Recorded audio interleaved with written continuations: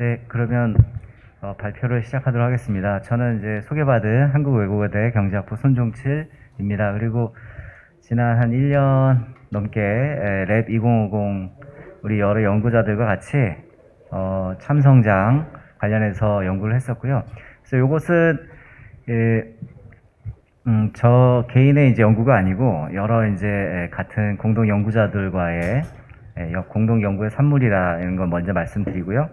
상당히 이제 내용들이 기술적인 내용들도 많고 하지만 이제 주로 이제 전체적으로 큰 맥락에서 설명을 드리고 이렇게 이제 구성이 되겠습니다. 그래서 참성장의 의미, 왜 이런 것들이 구축이 필요한가, 그다음 그 내용들이 어떤 것이 있는지를 좀 한번 간략하게 살펴보고요. 그래서 경제 부분, 일과 여가, 인적 자본, 디지털, 요게 사회 부분이라고 할 수 있고, 그다음에 환경.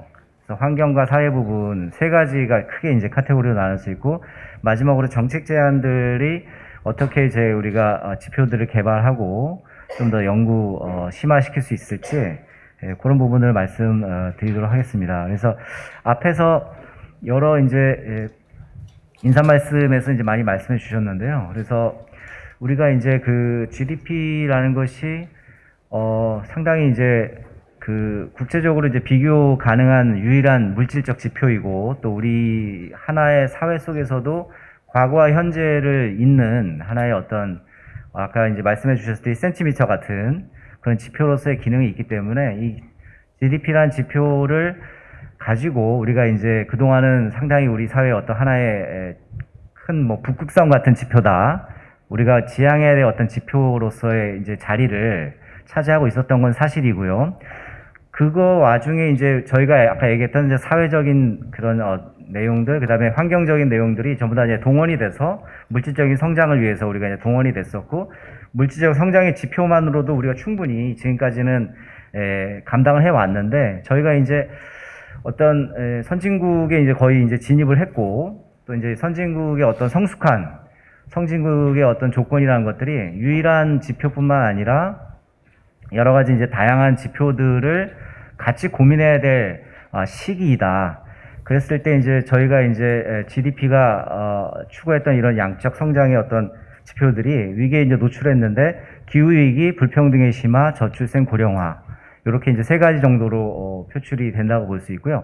이 세 가지는 이제 한 번씩 이제 위기가 나면은 프랑스 대통령이 유명한 경제학자들 모아가지고 보고서 하나 써달라. 그래서 예전에 이제 글로벌 금융위기 때는 스티글리츠 보고서 이런 것들이 나왔던 것이, 그 뒤에 비슷한 보고서가 나왔던 것이고, 이번에 이제 코로나 위기에서는 뭐 장티롤이라든지 아니면 올리비아 블랑샤드라는 유명한 경제학자들이 얘기하면서 전체적인 세계 위기가 뭐냐, 이 세 가지로 또 거기서도 이제 요약을 하더라고요. 기후위기, 그다음 불평등, 그다음에 이제 고령화. 우리 사회는 이제 고령화라는 것이 저출생과 같이 연결되다 보니까 이게 말씀드릴 수 있고요.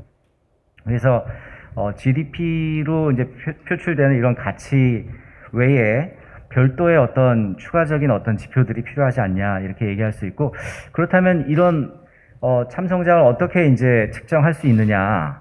그래서 저희가 여기서 이제 성장이라는 말을 붙일 수 있었던 근거가 뭘까? 아까 이제 박진도 이사장님께서도 말씀드렸는데요.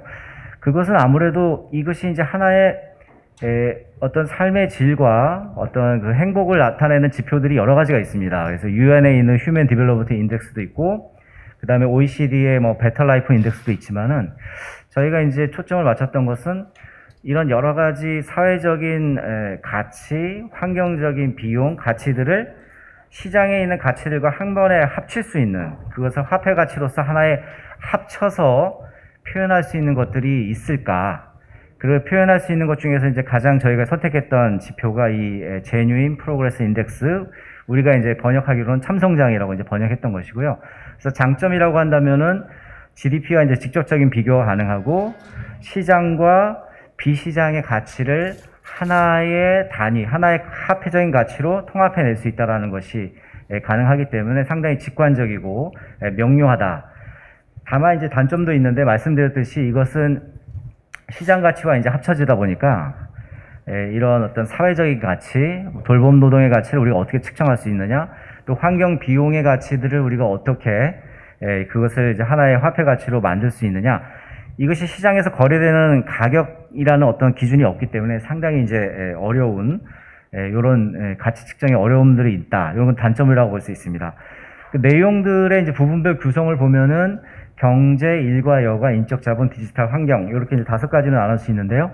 크게 보면 이제 경제는 저희가 이제 흔히 얘기하는 GDP와 거의 대응을 한다고 볼 수 있습니다. 하지만 이제 GDP와 대응하지만 조금 이제 조정을 해주고요. 소득 불평등이라든지 아니면은 이제 가계의 방어 지출 이런 부분에서 조금 조정해주고, 일과 여가, 인적 자본, 디지털은 아까 말씀드렸듯이 사회적인 어떤 가치, 돌봄 노동이라는 가치 부분들을 조금 더 세분화시켜 놨고, 마지막으로 환경, 이렇게 이제 가치 3가지가 크게 이제 들어가는데, 사회적 가치를 3가지로 나누어서 저희가 이제 살펴봤고요. 그래서 실제로 이것은 하나의 별도의 나열된 지표들이 아니라 5개 지표들을 동일한 원화 가치 또는 달러 가치로 합산을 한다. 이렇게 이제 보시면 되겠습니다. 그래서 경제 부분 같은 경우에도 다양한 이제 그 지표들이 이렇게 이제 쭉 합산이 되고, 일과 여가, 인적 자본, 디지털 부분, 여기 이제 사회적 가치인데 여기서도 각각의 가치들, 특히 이제 돌봄 노동, 인적 자본 부분 같은 경우에는 이제 긍정적 인적 자본의 외부 효과, 부정적 외부 효과 다 합산을 해주고, 그다음에 우리가 이제 무료 디지털 서비스, SNS라든지 페이스북, 카카오톡 이런 것들이 있는데 이런 부분들을 어떻게 가치 측정할 것이냐. 마지막으로 환경 부분은 전부 다 저희가 이제 비용 측면에서 같이 합산을 해주게 됐습니다. 그래서 주요 특징 위주로 설명을 드리고, 테크니컬한 부분들은 제가 조금 간략하게 그냥 넘어가는 식으로 시간 관계상 그렇게 말씀드리겠습니다. 그래서 GDP와 비교한 주요 특징들을 보면은, 일단은 이 시장 가치 측정 관련해서는 저희가 이제 소비에 이제 중점을 두게 되고, 소비에 중점을 두되 소득 불평등이 올라가게 되면 그 사회 전체의 후생이 감소하는 방향으로 저희가 이제 반영을 해주게 됩니다.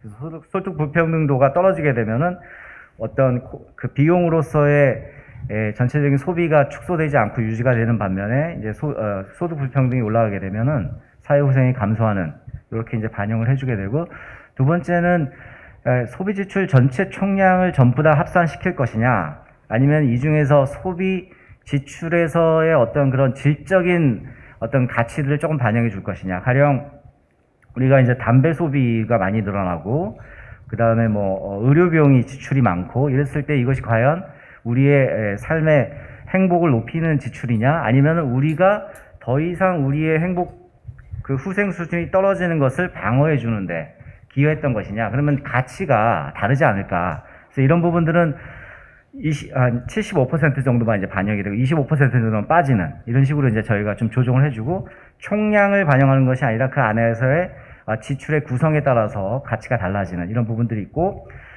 비시장 기반 가치는 아까 말씀드렸듯이 이제 가사 돌봄 노동, 그다음에 인적 자본, 디지털 서비스가 같이 이제 합산이 되는데요. 가사 돌봄 노동 가치 같은 경우에 여가의 가치 이런 것들이 시장에서 거래가 되지 않기 때문에 이런 것들을 폭넓게 반영을 해주고, 인적 자본 같은 경우에도 이제 긍정적, 부정적 외부 효과를 같이 고려를 해주게 됩니다. 마지막으로 이제 무료 디지털 서비스 같은 경우에는 이것은 이제 지금 시장 거래가 아니기 때문에 GDP에서 식별되지 않는데, GDP 통계에서도 이제 이걸 고민하고 있어요. 사실은 여러 가지 고민을 하고 있는데, 국제적으로 이제 고민을 하고 있는데요. 이런 부분들은 이제 willing to accept, 저희가 실제로 500명한테 성별, 연령별, 지역별로 할당을 해가지고 무료 설문조사를 실시했었고, 그 설문조사 결과 만약 당신이, 여러분들 카카오톡을 많이 쓰잖아요. 또는 페이스북도 많이 쓰실 텐데, 페이스북이나 카카오톡을 쓰지 않는다. 그럼 얼마를 보상받길 원하느냐, 이런 식으로 해서 이제 저희가 측정을 했는데, 상당히 크게 이제 보상받길 원하시더라고요. 생각보다. 물론 이제 이게 긍정적인 것도 있지만은, 이런 디지털 중독, 삶의 통제권 상실이라는 부정적 효과도 있기 때문에 일부 긍정적인 효과와 더불어서 부정적 효과를 또 빼주는, 이렇게 이제 저희가 조사를 했었고요. 마지막으로 이제 환경 가치 같은 경우에는 전부 다 이제 비용으로 우리가 추정을 했습니다. GDP 같은 경우에는 우리가 우리의 사회적 가치, 돌봄 노동, 또 환경의 가치들이 물질적 생산을 위해서 모든 것이 동원되고 투입됐던 하나의 어떤 요소로서만 우리가 파악한다면, 이제는 그런 GDP의 어떤 지표와 더불어서 그렇게 성장을 하기 위해서 우리가 환경 가치를 얼마큼 훼손하고 있는지, 아니면 얼마큼 투입하고 있는지도 같이 고려를 해줘야 되는데, 이것이 이제 시장 가치가 없기 때문에 전부 다 이제 추정을 해야 되는 문제가 있고 그렇습니다.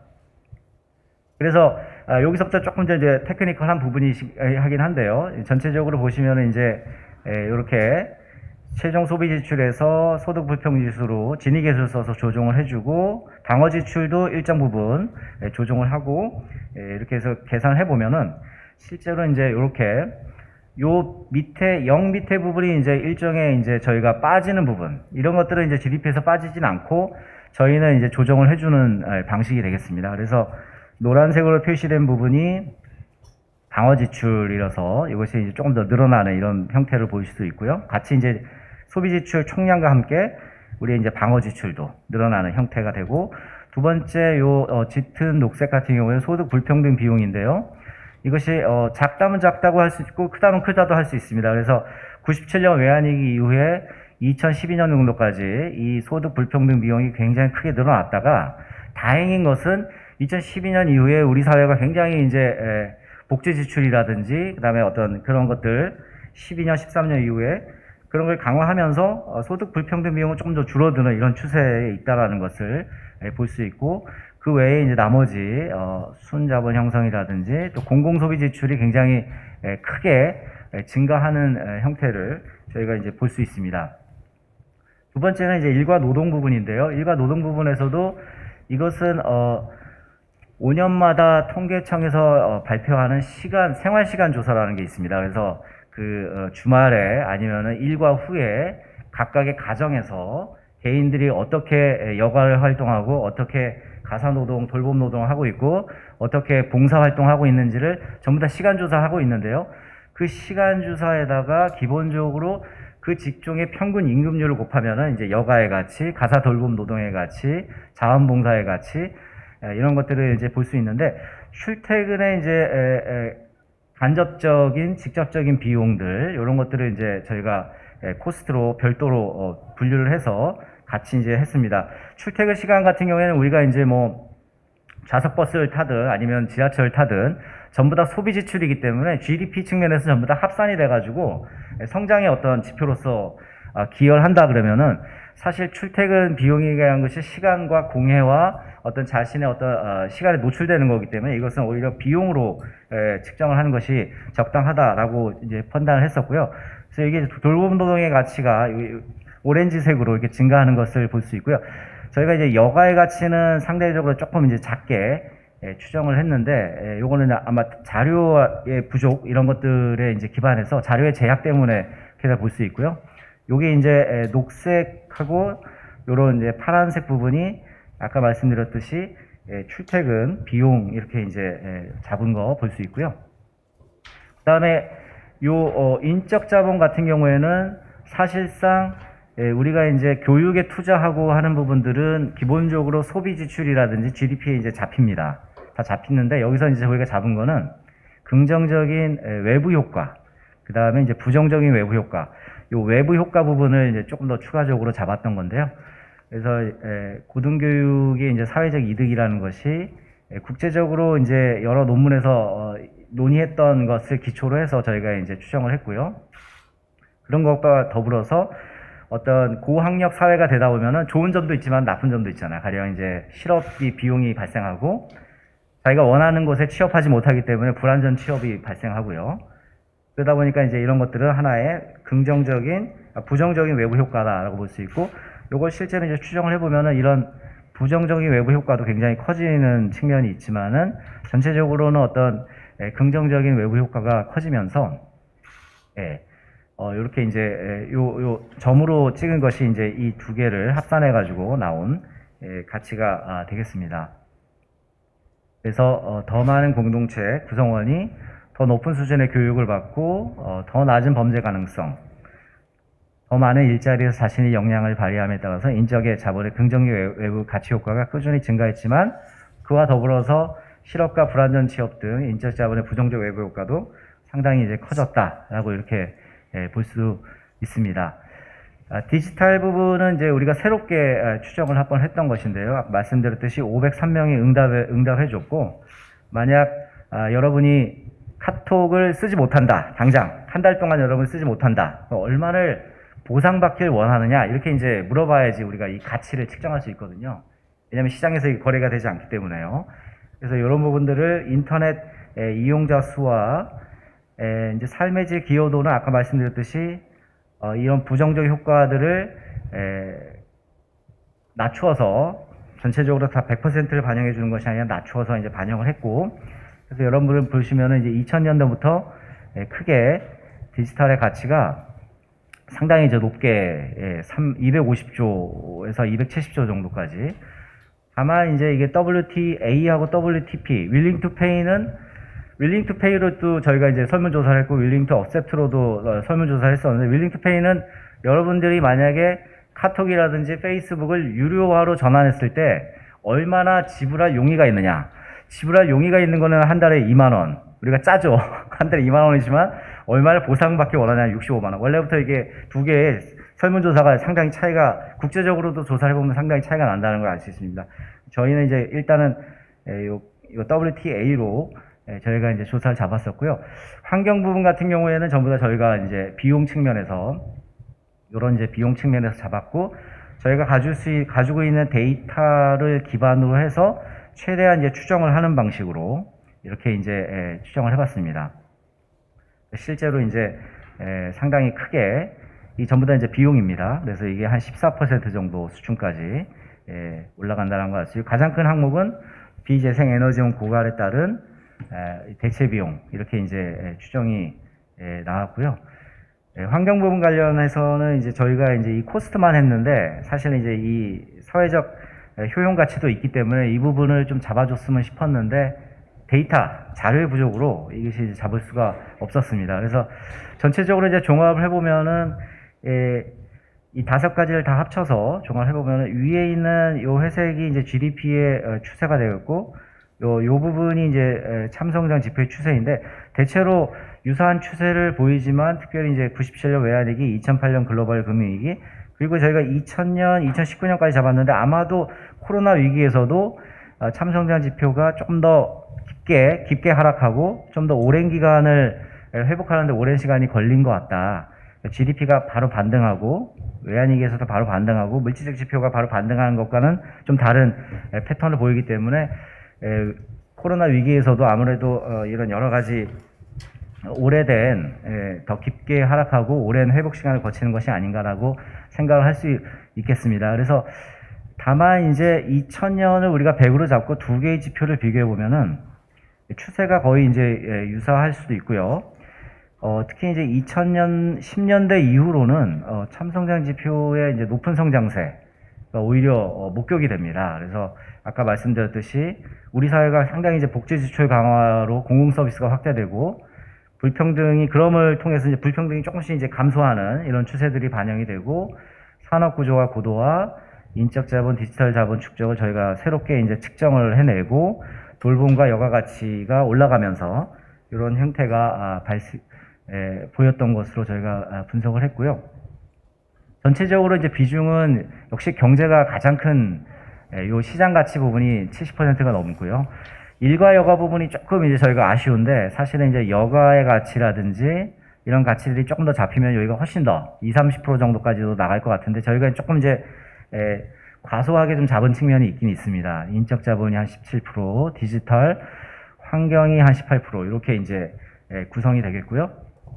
두 개가 1인당 지표도 같이 움직인다라는 거 볼 수 있습니다.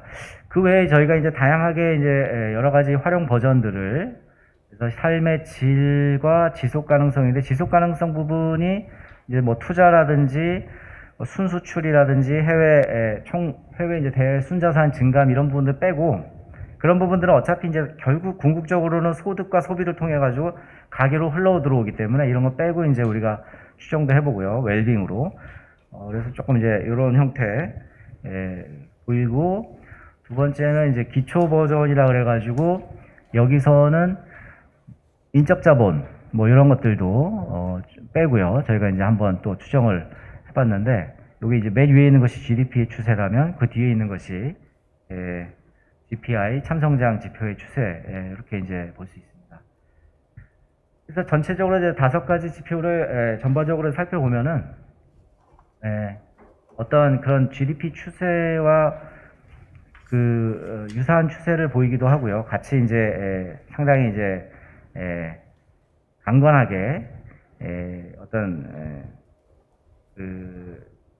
유사한 추세고, 그다음에 GDP 격차가 한 30% 정도 차이가 나면서 어떤 이런 일관된 모습을 보여주고 있다. 이렇게 종합적으로 정리를 해보고, 마지막으로는 이제 정책 제안 관련해서 설명을 드리면서 마무리하도록 하겠습니다. 그래서 이것이 GDP의 어떤 보완 지표로서, GDP는 어차피 이제 국제 비교라든지 국내에서의 미래와 과거를 연결해는 그냥 물질적 지표로서는 뭐 가져갈 텐데, 우리가 사회 환경적 가치를 충분히 반영할 수 있는 어떤 새로운 지표를 구축하고 활용하는 것들이 이제는 필요한 시기에 이제 도래했고, 그랬을 때 성숙한 선진국으로 도약하기 위해서는 시장 기반 물질적 기반 가치뿐만 아니라 돌봄 노동, 그다음에 환경 가치, 이런 것들을 충분히 표현할 수 있는 비시장의 사회적 가치와 환경 가치를 추구할 필요가 있다.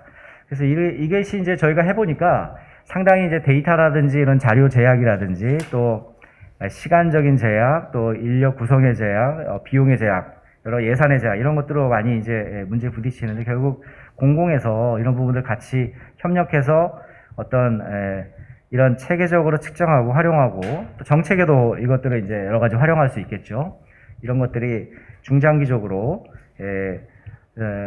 같이 이제 논의를 해나가는 것들이 필요하고, 단기 과정에서는 저희가 한 두 가지 정도를 생각해 봤습니다. 그래서 첫 번째로는 결국은 이것이 이제 하나의 시범 사업으로서 조금 같이 가면 어떨까. 저희가 이제 연구를 하면서 미국이라든지 뭐 호주라든지 여러 뭐 뉴질랜드도 있고요. 일부 그 주 단위에서, 전국 단위는 아닙니다. 주 단위에서 이런 것들을 굉장히 GDP, GRDP와 더불어서 이 GPI를 같이 공동의 지표로서 사회가, 지방정부가 같이 추구하는 것을 저희가 목격을 했습니다. 그래서 저희도 이제는 이런 부분들을 어떤 구축 사업으로 같이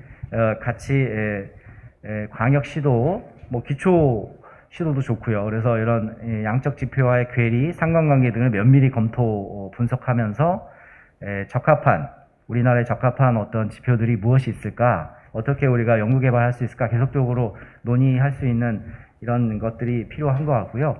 그걸 통해 가서 나중에 이제 점차 광역시도라든지 전국적으로 확대해 나갈 수 있지 않을까, 이렇게 한번 생각해 봤고, 두 번째는 계속 말씀드렸듯이 이게 이제 데이터 기반 측정, 이것이 하나의 어떤 그냥 단순한 지표가 아니라 우리가 화폐적 가치로서 GDP의 어떤 시장 가치와 같이 통합을 시키기 때문에 시장에서 거래되지 않는 가격, 보이지 않는 가격을 우리가 결국은 자료를 통해 가지고 추정해 내야 되는데, 이런 부분에 있어서 기초 데이터와 측정 체계들이 상당히 이제 체계적으로 확립이 될 필요가 있는데, 이 부분은 이제 그런 거 관련해서 이제 저희 아이디어를 모아보는 것입니다. 그래서 미시 통계 같은 경우, 가계금융 복지조사도 이제 통계청, 한국은행 같이 조사를 하고 있는데, 방어 지출과 관련해서 가계 서베이 소비자 항목을 좀 고도화하는 부분들, 시간생활조사 같은 경우 5년마다 이제 조사를 하고 있는데 조금 더 단축할 수 있지 않을까. 그 다음에 이제 인적자본 디지털 서비스 관련된 체계적인 설문조사, 환경 가치 같은 경우에는 특별히 이제 여기가 상당히 이제 저희가 생각하기에는 이제 구멍이 크다. 이 사회적 가치는 그래도 저희가 계속적으로 돌봄 노동에 대한 가치들이 있기 때문에 있는데, 이 환경 가치가 상당히 이제 기초 통계가 많이 부족한 측면이어서 저희가 이제 비용만 했는데 이것도 과소 추정, 그다음에 환경 자산의 어떤 긍정적인 효용 가치도 측정하고 싶었지만 역시 자료의 부족으로 측정하지 못했습니다. 그래서 이런 부분들이 굉장히, 특히 환경 가치가 상당히 중요한 부분이고, 이런 것들이 다 체계적으로 확립이 되면 이제 그 위성 계정으로서 이 GDP와 적절한 이제 관계를 맺게 됩니다. 그래서 가계 생산 위성 계정, 뭐 인적 자본 위성 계정, 디지털 서비스 위성 계정, 환경 위성 계정으로 전체적으로 서로 주고받으면서 얘기를 할 수 있고요. 그래서 이것을 저 혼자만의 연구는 아니고 여러 연구자분들이 같이 했던 작업들이라는 걸 말씀을 드리면서 제 발표는 마치도록 하겠습니다. 감사합니다.